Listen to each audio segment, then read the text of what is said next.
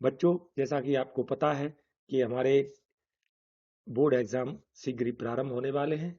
तो board exam में अच्छे अंक प्राप्त करने के लिए हमें क्या रणनीति अपनानी चाहिए, उसके लिए कुछ टिप्स और ट्रिक्स की अपन बात करने वाले हैं। तो आओ बात करते हैं कुछ ऐसी रणनीतियां जिसके द्वारा हम बोर्ड एग्जाम में अच्छे अंक प्राप्त कर सकते हैं। तो परीक्षा के लिए रणनीति कैसे तैयार करें, इसके लिए कुछ बिंदु हैं। सबसे पहले अपन उन बिंदुओं पर बात करेंगे, फिर उनके डिटेल पे बात करेंगे। तो अपन देखते हैं कि क्या क्या तरीका अपनाया अपनाया जा सकता है। सबसे पहले एक मासिक, साप्ताहिक और दैनिक समय सारणी तैयार करें। इसके लिए क्या तरीका होगा उस पर आगे डिटेल चर्चा करेंगे। दूसरा, अपन को क्या करना है कि माध्यमिक शिक्षा मंडल मध्य प्रदेश भोपाल द्वारा एक ब्लूप्रिंट दिया जाता है, उस ब्लूप्रिंट को अवश्य देखें। तीसरा, क्या तरीका अपनाया जाता है, माध्यमिक शिक्षा मंडल मध्य प्रदेश भोपाल द्वारा कुछ सिलेबस को रिड्यूस किया गया है या सिलेबस को कम किया गया है, उसको भी अवश्य ध्यान में रखें। बोर्ड परीक्षाओं के विगत वर्षों के प्रश्न पत्रों को हल अवश्य करें। उससे हमें विभिन्न प्रकार के प्रश्नों का तरीका पता चलता है कि कौन को किस तरह के प्रश्न आते हैं। विगत परीक्षाओं बोर्ड परीक्षाओं के विगत वर्षों के टॉपर परीक्षार्थियों की उत्तर पुस्तिकाओं का अवलोकन अवश्य करें। कुछ महत्वपूर्ण प्रश्नों को लिख लिख कर भी प्रैक्टिस की जा सकती है, वो काम भी अवश्य करें। अब सबसे पहले अपन देखेंगे कि मासिक या साप्ताहिक और दैनिक समय सारणी तैयार करने के लिए क्या करना चाहिए। सर्वप्रथम परीक्षा प्रारंभ होने के शेष दिनों की गणना करें। जैसे कि अपन जानते हैं कि अपने बोर्ड एग्जाम 2023 में मार्च के महीने में प्रारंभ होने वाले हैं। तो जिस दिन से अपन इस रणनीति को तैयार करने वाले हैं, उस दिन से अपने पेपरों के कुल कितने दिवस शेष हैं उनकी गणना कर लें और अपने कुल सब्जेक्टों की संख्या से उन दिनों में भाग लगाकर प्रत्येक सब्जेक्ट के लिए उपलब्ध कुल दिवसों को पता कर लें। जैसे अपन मान लें कि अपने एग्जाम के लिए मान लो 30 दिन शेष हैं, तो अपन क्या करेंगे कि हमारे 6 सब्जेक्ट हैं, 30 में 6 का भाग दे दें, तो अपन को पता चल जाएगा एक सब्जेक्ट के लिए हमारे पास केवल 5 दिन बचे हुए हैं। इस प्रकार से दिनों की गणना अपन कर सकते हैं। उसके बाद क्या करना है, उसके बाद प्रत्येक सब्जेक्ट हेतु कुल उपलब्ध दिवसों में पढ़ाई योग्य उपलब्ध घंटों का आकलन करें। जैसे अभी अपन को पता चला कि अपने पास एक सब्जेक्ट के लिए 5 दिन है, मान लो हम एक दिन में 10 घंटे पढ़ाई कर सकते हैं, तो हमारे पास औसतन एक सब्जेक्ट के लिए 10 × 50, 10 × 5 मतलब कितने दिन हो गए। एक सब्जेक्ट के लिए हमारे पास कितने घंटे हो गए, तो एक सब्जेक्ट के लिए हमारे पास हो गए 50 घंटे। मतलब हम कह सकते हैं कि हमारे पास एक सब्जेक्ट के लिए पर्याप्त घंटे उपलब्ध हैं। इसके बाद क्या करना है, इसके बाद अपन देखेंगे कि कुल उपलब्ध दिवसों में कुल उपलब्ध घंटों का गुणा करके सब्जेक्ट विशेष के लिए कुल उपलब्ध घंटे पता कर लिए, जो कि अपन कर चुके हैं। उसके बाद देखेंगे कि सब्जेक्ट विशेष के कुल उपलब्ध घंटों में उस सब्जेक्ट के चैप्टर की संख्या, जैसे मान लो अपन को मिले थे अभी एक सब्जेक्ट के लिए 50 घंटे, और उन 50 घंटों में मान लो अपने पास एक सब्जेक्ट में चैप्टर है कितने, 10, तो हमें पता चल गया कि हमारे पास एक चैप्टर के लिए लगभग 5 घंटे उपलब्ध हैं। ऐसा अपन को पता चल जाएगा कि एक चैप्टर को हमें इतना टाइम देना है। इस प्रकार से हम पूरा एक आकलन कर सकते हैं और हम पता कर सकते हैं कि हमें एक सब्जेक्ट के लिए कितने घंटे और उस सब्जेक्ट के एक चैप्टर के लिए कितने घंटे उपलब्ध हैं। फिर उसमें भी अपन देख सकते हैं कि जिस सब्जेक्ट में हमें ज्यादा मेहनत करनी है, वहां से एक सब्जेक्ट के कुछ घंटे कम करके उसमें शिफ्ट कर दो। इसी प्रकार से जिस चैप्टर पर ज्यादा ध्यान देना है, उस दूसरे चैप्टर के कुछ घंटे उस चैप्टर में शिफ्ट कर दो।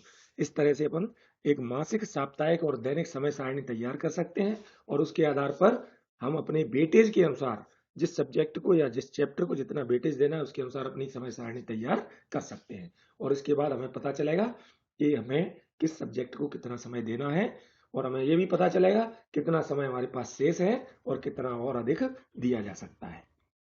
इसके बाद हमें क्या देखना है, इसके बाद देखना है कि माध्यमिक शिक्षा मंडल द्वारा ब्लूप्रिंट दिया गया है, इस ब्लूप्रिंट के आधार पर तैयारी जरूर करें। ब्लूप्रिंट से हमें पता चलता है कि किस टॉपिक का कितना वेटेज है। तो जैसे अपन ने देखा कि विज्ञान विषय में जो ब्लूप्रिंट है उसमें अपन ने देखा कि पेपर आएगा 75 नंबर का, और इसमें टॉपिक कितने हैं हमारे पास, 13 टॉपिक है। अब इसमें पहला अपन देखें तो यहाँ पर दिया हुआ है इकाई पर आवंटित अंक। तो सबसे पहले अपन यहाँ देख सकते हैं कौन सी यूनिट का सबसे अधिक वेटेज है। तो यहाँ अपन देखें तो देखो यहाँ पे है 8 अंक, 8, यहाँ पे है 8,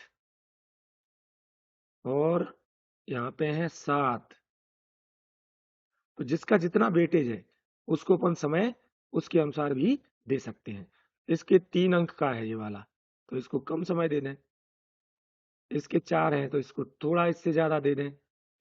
इसके 5 हैं, मतलब अधिकांश के पर 5 हैं, तो इसके अनुसार अपन उसको घंटे और दिन दे सकते हैं टॉपिक को। फिर अपन देखेंगे कि इसमें जो प्रश्न आते हैं वो कितने तरह के हैं।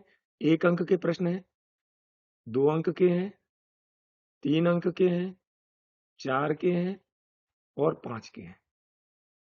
यहाँ अपन देख रहे हैं कि 1 अंक वाले कुल अंक हैं, कुल क्वेश्चन है 30, और 2 अंक वाले क्वेश्चन है, सॉरी 2 अंक वाले कितने हैं, टोटल क्वेश्चन कितने हैं, उनमें से 24 अंक के टोटल क्वेश्चन है। अंकों की प्रश्न की संख्या देखें 1, 2, 3, 4, 5, 6, 7, 8, 9, 10, 11 और 12, मतलब 2 अंक वाले 12 क्वेश्चन हैं, उनके टोटल अंक हो गए 24। तो यहाँ अपन देखेंगे कि एक एक अंक वाले किस चैप्टर से आते हैं और किससे नहीं आते। तो यहाँ अपन को दिख रहा है 5वां चैप्टर, 4th चैप्टर कार्बन एवं उसकी यौगिक, इसमें से 1 अंक वाला एक भी प्रश्न नहीं है। इसमें से 2 अंक वाला एक है और 4 अंक वाला एक है। तो इस चैप्टर को जब तैयार करें तो यहाँ पे ध्यान दें कि हमें केवल 2 अंक वाले प्रश्न और 4 अंक वाले प्रश्न ही इस चैप्टर से तैयार करने हैं। 1 अंक वाले प्रश्न को इस चैप्टर से तैयार नहीं करना है। इसी तरह अपन यहाँ देखें फर्स्ट चैप्टर को कि यहाँ पर एक में दो, एक एक अंक वाले 2 हैं, 2 अंक वाला 1 है और 3 अंक वाला 1 है, मतलब इसमें 4 और 5 अंक वाले प्रश्न नहीं आएंगे। तो अपन को तैयारी करते समय इस बात का ख्याल विशेष रूप से रखना है कि किस चैप्टर से कितने अंक वाले प्रश्न आते हैं, उसी के अनुसार उस चैप्टर की तैयारी करनी है।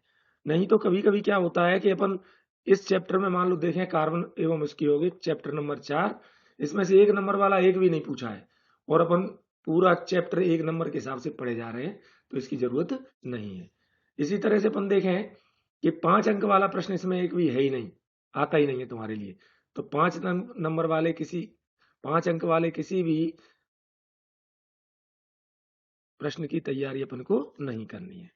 ठीक है, इसी प्रकार से अपन देख रहे हैं कि 4 अंक वाले केवल 3 है, तो इस चैप्टर में से करना है, 2 में से, 4 में से करना है और चैप्टर नंबर 5 जैव प्रक्रम से करना है। तो इस तरह से अपन जब तैयारी करते हैं तो कम समय में अपन ज्यादा अच्छी तरह से तैयार कर पाते हैं। यहाँ अपन देखें कि सबसे ज्यादा वेटेज किसका है, 1 अंक वाले वस्तुनिष्ठ प्रश्नों का सबसे अधिक वेटेज देखने को मिल रहा है, 30 अंक के आते हैं। तो 1 नंबर वाले चैप्टर क्वेश्चन जिस चैप्टर से आते हैं उस चैप्टर को बहुत अच्छी तरह से पढ़ना होता है। उसके पढ़ने के लिए क्या तरीका हो सकता है, आओ उसी पर अपन थोड़ी सी चर्चा करते हैं। देखो यहाँ पर अपन देख रहे हैं कि मैंने ये चैप्टर लगा रखा है यहाँ जैव प्रक्रम वाला, और यहाँ कुछ चीजें मैंने हाईलाइट कर रखी हैं।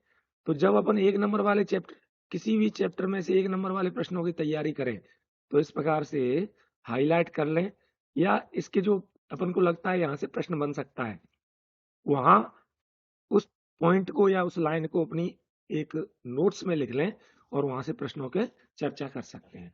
जैसे यहाँ देखें अपन, देखो यहाँ पे किसी पे अपन अंडरलाइन करें, यहाँ लिखा हुआ है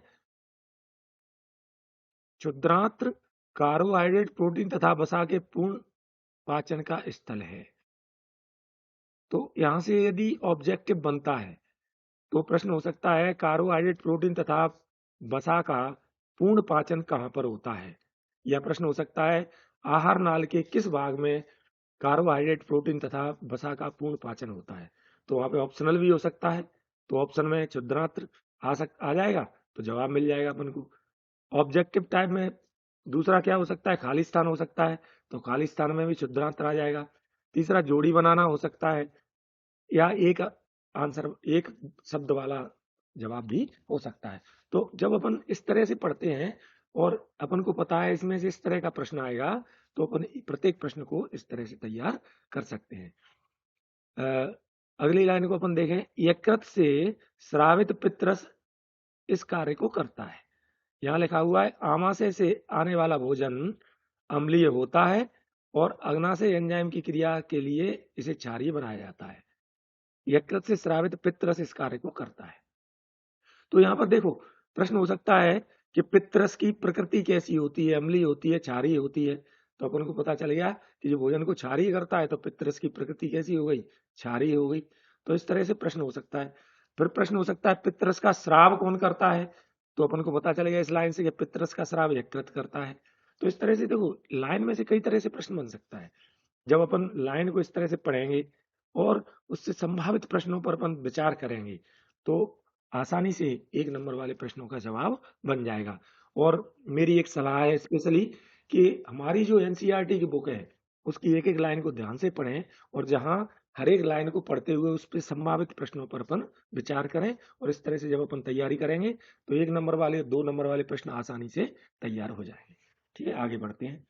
अब अपन देखते हैं, माध्यमिक शिक्षा मंडल मध्य प्रदेश भोपाल द्वारा कम किए गए पाठ्यक्रम का अवलोकन अपन को करना है। तो इस वीडियो में मैंने वो दे रखा है, वैसे वेबसाइट पर, माध्यमिक शिक्षा मंडल की वेबसाइट पर सब कुछ उपलब्ध है, फिर भी अपन देखते हैं। तो अपन देख रहे हैं कि अध्याय 5 जो रिड्यूस सिलेबस, इसमें तत्वों का आवर्ती वर्गीकरण पूरा का पूरा चैप्टर समाप्त कर दिया गया है। यहाँ पर अपन क्या देख रहे हैं कि पूरा चैप्टर ही समाप्त कर दिया गया है। उसके बाद अपन देखें अध्याय 9 आनुवांशिकता एवं जैव प्रक्रम। इसमें से 9.3 विकास, 9.3.1 एक दृष्टांत, 9.3.2 उपार्जित एवं आनुवांशिक लक्षण, 9.4 जातीय उद्भवन, 9.5 विकास एवं वर्गीकरण, 9.6 विकास को प्रगति के समान नहीं मानना चाहिए। तो मतलब 9.3 के अंदर आने वाले 3.1, 3.2, 3.3, 3.3 को छोड़कर देखो 3.3 आएगा, 3.4, 3.5, 3.6 ये सब हटा दिए गए हैं। इसके बाद अपन देखेंगे चैप्टर 11वां मानव नेत्र का रंग बिरंगा संसार। इसमें से 11.6.3 केवल ये वाला पार्ट हटा दिया गया है। तो बुक को जब देखोगे तो बुक में ये सब चीजें स्पष्ट मिलेंगी। वहां जो लिखा होगा 11.6.3 ये नहीं पढ़ना है। उसके बाद 14th एंड 16th ये दोनों चैप्टर पूरी तरह से समाप्त कर दिए गए हैं। तो इस बात को ध्यान में रखते हुए अपन अपनी तैयारी करेंगे, जिससे अपना समय बर्बाद नहीं होगा।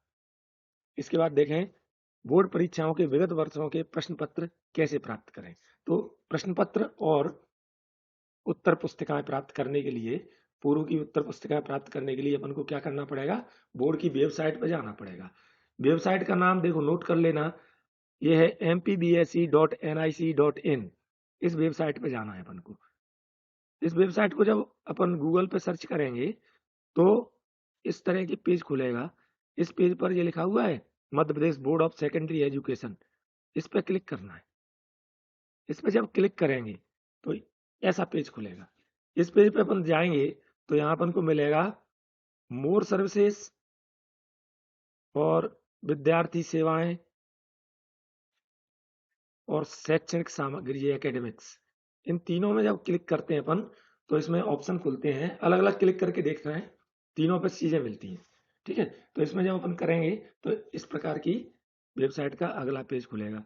तो यहाँ लिखा हुआ है मेधावी विद्यार्थियों की उत्तर पुस्तिकाएं, तो यहाँ से उत्तर पुस्तिका अपन प्राप्त कर सकते हैं। इसी प्रकार से वेबसाइट के दूसरे कॉलम में पूर्व के पेपर भी उपलब्ध हो जाते हैं। यहाँ पर देखो, यहाँ लिखा हुआ है 10th क्लास, 12th एग्जाम की ईयर, ये सब बुक कॉपियां अपन को उपलब्ध हो जाएंगी। यहाँ पर जब अपन अगले पे क्लिक करेंगे, यहाँ पर क्लिक किया, जैसे मान लो 10th 2022 पे मैंने क्लिक किया इस पे, तो जैसे क्लिक किया तो ये खुल गया।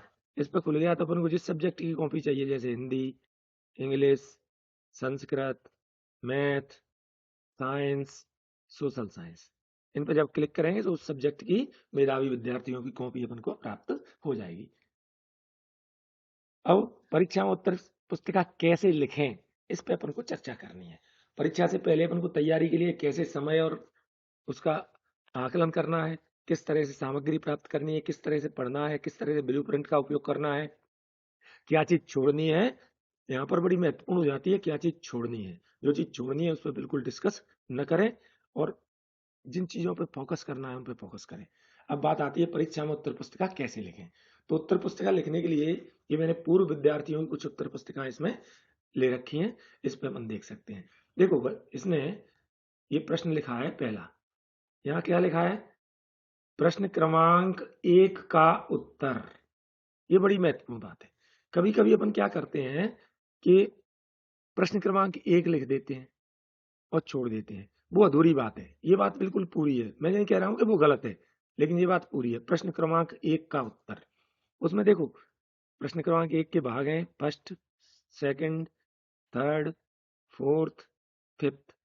यहाँ पर जो एक कमी है वो मैं बताने जा रहा हूँ, वो क्या है, मान लो ये रिक्त स्थान है या मान लो जोड़ियां हैं, जो भी है वो भी यहाँ पे मेंशन किया जा सकता है। यदि ये खाली स्थान है तो यहाँ पे अपन लिख सकते हैं खाली स्थान भरो, तो इससे और हिंट मिलती है, ठीक है, तो उससे क्लियर हो जाती चीज। तो इस तरह से अगर ये ऑप्शनल है, ऑब्जेक्ट एक से ज्यादा जवाब है, तो यहाँ पे अपन को क्लियर नहीं हो रही बात, तो इस तरह से यहाँ पे लिखना चाहिए हमेशा कि खाली स्थान भरें या खाली स्थान में निम्न है, निम्न खाली स्थान है, कुछ हिंट देनी चाहिए हमेशा, ठीक है। फिर देखो यहाँ पे अपन क्या देख रहे हैं, यहाँ एक लाइन खींची हुई है बच्चे ने, जब एक प्रश्न खत्म हो गया तो उसने लाइन खींची है, लाइन खींचने के बाद फिर उसने लिखा है प्रश्न क्रमांक 2 का उत्तर। फिर वही बात यहाँ पे भी स्पष्ट नहीं हो रही है वो बात कि ये खाली स्थान है, जोड़ी है, या एक से अधिक प्रश्न मतलब ऑब्जेक्ट वो है, मल्टीपल चॉइस क्वेश्चन है, ऐसा कुछ नहीं लिखा है, लेकिन लिखना चाहिए। यहाँ पे उत्तर डायरेक्ट दे रखे हैं, ऊष्माक्षेपी अभिक्रिया है, इस तरह से ये थोड़ा सा इसको बढ़ाया जा सकता है। इसके बाद देखें प्रश्न क्रमांक 3 का उत्तर। अब देखो यहाँ और वाह लिखा है, इससे बस लग रहा है कि जोड़ी है, लेकिन अपन ये काम कर सकते हैं, यहाँ पे हिंट दे दिया जाए। जैसे अब देखो यहाँ पे लिखा है सोडियम, इसके सामने उत्तर आ गया, इसमें कोई दिक्कत नहीं है, ये सही चल रहा है। अब प्रश्न क्रमांक 4 को देखो, जैसे ही खत्म हुआ यहाँ पे फिर लाइन खींची हुई है, मतलब इस बात का ख्याल रखें कि एक प्रश्न जहाँ खत्म हो वहां पे लाइन खींचे, एक लाइन छोड़े और उसके बाद दूसरा प्रश्न लिखना शुरू करें। तो फिर लिखा है प्रश्न क्रमांक 4 का उत्तर। अब यहाँ पे देखो शुद्ध जल का पीएच मान 7 है, यहाँ पे भी अब पूरी लाइन लिखी हुई है तो स्पष्ट हो रहा है कि खाली स्थान की बात हो रही है, ठीक है। और यहाँ पर देखो जहाँ खाली स्थान भरा है और अंडरलाइन है, इस तरह से अंडरलाइन करना चाहिए यदि खाली स्थान भरा हुआ है तो, और हिंट जरूर दें कि ये क्या चीज है। जैसे मान लो ये पहला वाला क्वेश्चन मल्टीपल चॉइस है, तो मल्टीपल चॉइस प्रश्न क्रमांक 1 पे आते हैं लौट के, मान लो ये मल्टीपल चॉइस है तो हमेशा क्या करना चाहिए, दोनों बातें लिखनी चाहिए। मान लो इसका प्रश्न का जवाब है अ, पहले का, तो हमेशा ऐसे लिखना चाहिए फिर उसके बाद डैश, फिर 10, ऐसे। मान लो इसका आंसर है स, तो यहाँ स लिखो पहले, फिर डैश लगाओ, फिर उत्सर्जन लिखो। इस प्रकार से मल्टीपल चॉइस में दोनों चीजें करनी चाहिए, आवा सादा में से जो भी आंसर हो वो लिखो, उसके बाद जो आंसर है वो लिखो, ठीक है। इसके बाद अपन देखते हैं कुछ 2 नंबर वाले प्रश्न।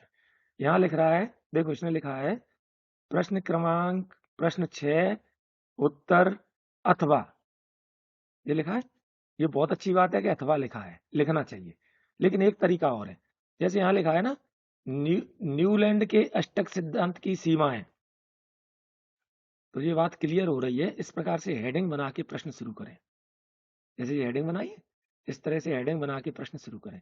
जैसे मान लो कभी कभी क्या होता है, यहाँ अथवा है, पहला वाला प्रश्न किया है आपने कि अथवा का किया है, ये बात क्लियर नहीं होती। तो हमेशा जैसे मान लो यहाँ पूछी गई ये वाला प्रश्न है, लोहे लोहे की वस्तुएं स्वतंत्र वायुमंडल में रहने पर आर्द्रता, नमी, अम्ल आदि से क्रिया करके संक्षारित हो जाती हैं, अर्थात उनमें जंग लग जाती है। पेंट उन पर सुरक्षा परत के रूप में कार्य करता है, इसलिए लोहे की वस्तुओं को संक्षारण से बचाने के लिए पेंट करते हैं। तो ये वाली बात लिखी है, अंडरलाइन है, बहुत अच्छी बात है। लेकिन यहाँ पर एक हेडिंग डाल दो, लोहे की वस्तुओं को संचारण से बचाने का कारण या संचारण, ऐसे हेडिंग डाल दो, तो चेक करने वाले को पता चल जाएगा कि कौन सा प्रश्न लिखा जा रहा है, अथवा वाला है या पहले वाला है। तो इतनी हिंट कर देनी चाहिए। फिर देखो यहाँ पर एक बड़ी अच्छी बात है, इसने लिखा है, ये हेडिंग डली हुई है, देखो लिखा है परागण, इस तरह से हेडिंग, बहुत अच्छी बात है। ये पता चल रहा है कि परागण के बारे में लिखा गया है। पुष्पों में पराग कणों का, देखो इसने बड़ी अच्छी बात की है, अंडरलाइन है। इस तरह से हमें जो बात महत्वपूर्ण है, जो शब्द महत्वपूर्ण है या कोई लाइन महत्वपूर्ण है, उस पर इस तरह से अंडरलाइन जरूर करनी चाहिए। इससे जो फायदा होता है, चेक करने वाले को पहली नजर में हम जो चीज दिखाना चाहते हैं वो दिखाई दे जाती है। जैसे यहाँ इसने अंडरलाइन की है, अक्रियाशील उत्कृष्ट गैसों को, यहाँ कैल्शियम। तो चेक करने वाला जो चीज चाहता है वो अपन उसको तुरंत दिखा दें, ये बात का हमें आइडिया हुआ तो अच्छे नंबर मिलने की संभावना होती है। इसके बाद देखें अंतर वाले प्रश्न में, अंतर वाले प्रश्न में कभी कभी क्या होता है कि हम ऐसे अंतर लिख देते हैं जो थोड़े से कम प्रभावी होते हैं। यहाँ अपन देखें, यहाँ लिखा है धातु और अधातु में अंतर पूछा गया है। तो देखो हेडिंग डली हुई है, रासायनिक गुणधर्म के आधार पर धातु और अधातु में अंतर। अब यहाँ रासायनिक गुणधर्म के आधार पर पूछा गया है, तो कभी कभी क्या करते हैं बच्चे, कुछ भौतिक गुणधर्म में भी अंतर बता देते हैं। लेकिन यहाँ पे बड़ी अच्छी बात है, धातुएं धनात्मक प्रकृति की होती हैं, यहाँ लिखा है धातुएं ऋणात्मक प्रकृति की होती हैं। तो इस पे भी अंडरलाइन किया जा सकता है, धनात्मक पे भी और ऋणात्मक पे भी। और कभी कभी क्या करते हैं बच्चे, क्या कर देते हैं, यहाँ लिख देंगे धातुएं धनात्मक प्रकृति की होती हैं, उधर लिख देते हैं नहीं होती हैं। जैसे यहाँ लिखा है धातुएं धनात्मक प्रकृति की होती हैं, बहुत अच्छी बात है। यहाँ लिखा है ऋणात्मक प्रकृति की होती है, बहुत अच्छी बात है। लेकिन कभी कभी क्या कर देते हैं, ये धनात्मक प्रकृति की होती है, ये धनात्मक प्रकृति की नहीं होती है। तो ये कम प्रभावी बात है, तो अपन को हमेशा इस तरह से बात बतानी चाहिए। जैसे यहाँ लिखा है धातुक ऑक्साइड क्षारीय प्रकृति के होते हैं या क्षारकीय होते हैं, यहाँ लिखा है अम्लीय प्रकृति के होते हैं। तो ये भी सही तरीके से लिखा गया है, वो वाली बात नहीं लिखनी है ये क्षारकीय होते हैं ये नहीं होते हैं, इस तरह से नहीं लिखना है। ठीक है, आगे बढ़ते हैं। देखो चित्र बनाते समय हमें क्या ध्यान देना है, चित्र बनाते समय एक तो चित्र देखो एकदम क्लियर है, उसके बाद पुंकेसर के बारे में बता दिया, बाह्य दल के बारे में बता दिया, दल के बारे में बता दिया और स्त्री केसर के बारे में बता दिया। ये चार मेन भाग हो गए। उसके बाद एक अच्छी चीज इसमें देखने को मिल रही, देखो यहाँ इसने ऐसे ये बनाया है और यहाँ पर स्त्री केसर के तीनों भागों को भी स्पष्ट कर दिया है। इसी तरह से यहाँ पुंकेसर के दोनों भाग स्पष्ट कर दिए हैं। तीसरा विभाग किया जा सकता है, योजी को भी स्पष्ट किया जा सकता है, लेकिन बहुत अच्छा तरीका है। और जो आमतौर पर गलती होती है बच्चों से, वो ये होती है जो इससे नहीं हुई है। यहाँ पर चित्र बनाने के बाद ये वाली बात जरूर लिखनी चाहिए, चित्र किसका है, पुष्प की अनुदैर्ध्य काट, ये बात लिखनी चाहिए, बहुत अच्छी बात है। इसके बाद इधर देखें अपन एक प्रश्न हल किया है, प्रश्न हल करने के बाद आमतौर पर जो गलती होती है वो क्या होती है बच्चों से, वो अपन देखते हैं।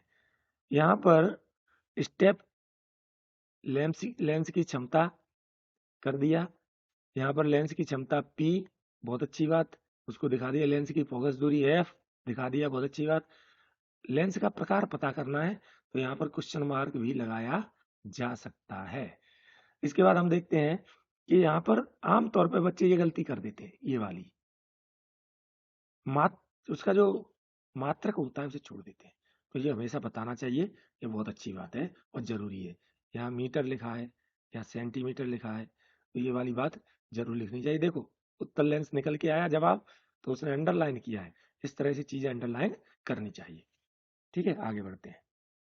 अब उत्तर पुस्तिका लिखते समय क्या क्या सावधानियां बरतें, उनको अपन अभी जो अपन ने डिस्कस की उसको एक पॉइंट वाइज समझ लेते हैं। सबसे पहले एक एक अंक के वस्तुनिष्ठ प्रश्न सबसे पहले लिखें, मतलब पेपर में जो क्रम होता है 1 नंबर 2 नंबर 3 नंबर 4 नंबर, ये आमतौर पर 1 नंबर वाले प्रश्न होते हैं और पेपर में हिंट भी रहती है कि इनको पहले किया जाए। यदि हिंट नहीं है तब भी उनको पहले करो, 1 से लेकर 4 नंबर तक के प्रश्न जो होते हैं या 5 नंबर के होते हैं, अलग अलग में अलग अलग होते हैं, उसमें क्या करना है अपन को, इस बात का ख्याल रखना है कि इनको सबसे पहले वस्तुनिष्ठ को ही किया जाना चाहिए।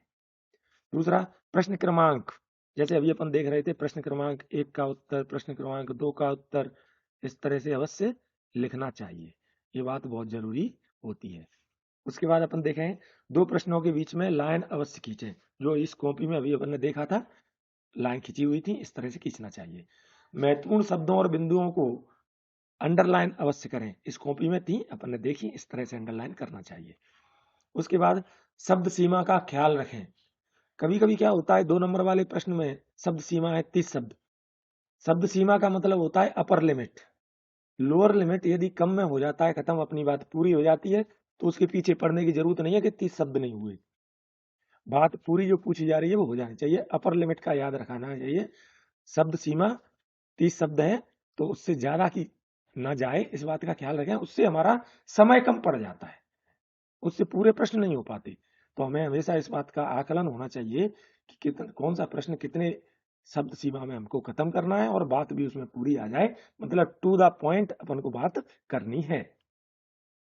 चित्र का नामांकन अवश्य करें। चित्र के नीचे चित्र का नाम अवश्य लिखें, जैसा कि अभी अपन ने पिछले चित्र में देखा था।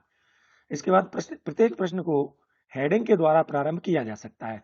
जैसा कि अभी 2-1 प्रश्न में अपन ने चर्चा की थी कि परिभाषा है तो उसका नाम लिख दें, जो प्रश्न है उसकी हेडिंग डाल दें, तो उससे स्पष्ट हो जाता है कि हम किस पे बात कर रहे हैं।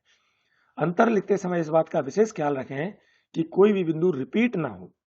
कई बार क्या होता है कि अपन 2 तरह से एक ही बात को लिख देते हैं।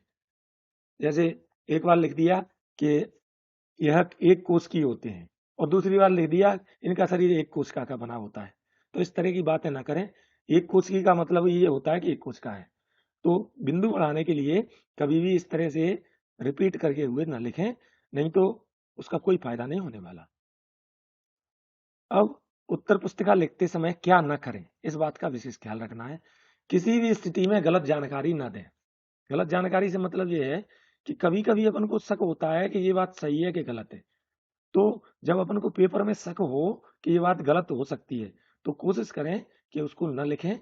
और अगर ऐसा होता है जैसे 3 पॉइंट लिखे हमने, 2 पॉइंट सही लिखे, तीसरा गलत लिख दिया, तो वो नेगेटिव इफेक्ट डालता है। तो बचें इस चीज से कि गलत न लिखें। ठीक है। इसके बाद किसी भी प्रश्न के एक से अधिक उत्तर नहीं लिखें। कभी कभी बच्चे क्या करते हैं कि कोई प्रश्न छूट रहा होता है, तो वो क्या करते हैं कि प्रश्न क्रमांक 7 एक बार लिख दिया, प्रश्न क्रमांक 7 का पहला, और दूसरी बार लिख दिया 5वें 6वें पेज पे उसका अथवा वाला प्रश्न। तो उनको अगर ऐसा लगता है कि 2 बार चेक हो जाएगा, तो ऐसा नहीं होता है। इससे आपकी छवि खराब होती है, और नंबर देते समय थोड़ा सा भी छवि खराब होती है, तो कहीं ना कहीं वो और ध्यान से कॉपी को देखता है चेक करने वाला, और कहीं ना कहीं फिर कमियां ढूंढना शुरू कर देता है। इसलिए ऐसी चीजों से बचें। इस बात का विशेष ख्याल रखें कि कोई भी बिंदु रिपीट ना हो। तो इतनी सब बातें अपन ध्यान रखें कि उत्तर पुस्तिका लिखते समय क्या नहीं करना है। शब्द सीमा से अधिक ना लिखें और टू द पॉइंट लिखें। इस पर पहले भी चर्चा हो चुकी है। आगे बढ़ते हैं। Thank you.